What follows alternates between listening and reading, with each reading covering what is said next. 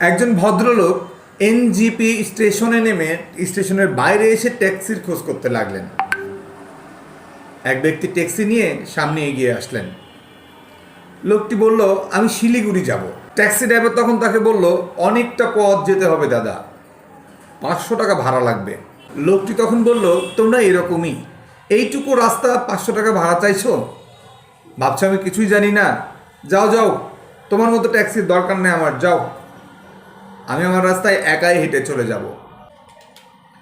এরপর লোকটি নিজের ব্যাগ কাঁধে ঝুলিয়ে নিয়ে যাত্রা শুরু করলেন।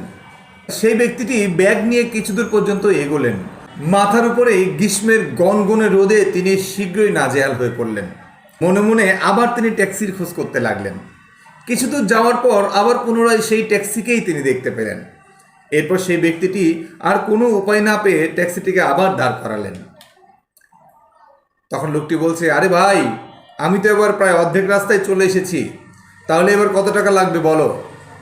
তখন ড্রাইভার বলল, এবার লাগবে 750 টাকা।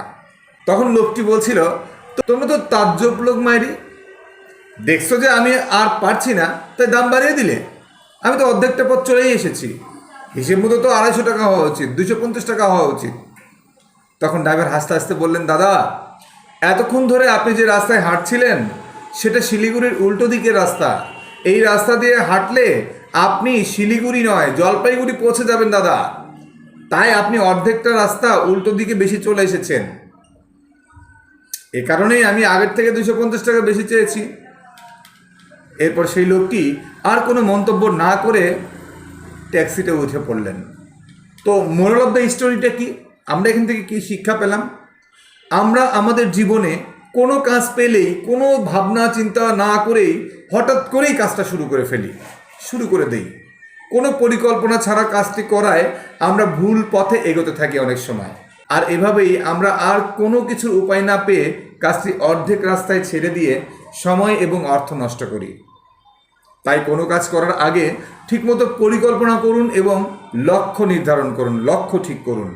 যদি আপনি পরিকল্পনা এবং লক্ষ্য ছাড়াই কাজ শুরু করেন, তাহলে আপনারও এই গল্পের ব্যক্তিটির মতোই হবে, এই গল্পের ব্যক্তিটির মতোই হতে পারে। এই গল্পটা সংগৃহীত ছিল ছাড়পত্র.com নামে একটি ওয়েব পোর্টাল থেকে সংগৃহীত। তো এরকম দারুণ দারুণ ভিডিও পেতে আমাদের পেজটি ফলো করুন, আমাদের ইউটিউবটাকে সাবস্ক্রাইব করুন এবং কেয়ারিং করে সবার কাছে গল্পটি পৌঁছে দেওয়ার ব্যবস্থা করুন। আজ এ পর্যন্তই, আল্লাহ হাফেজ। Please follow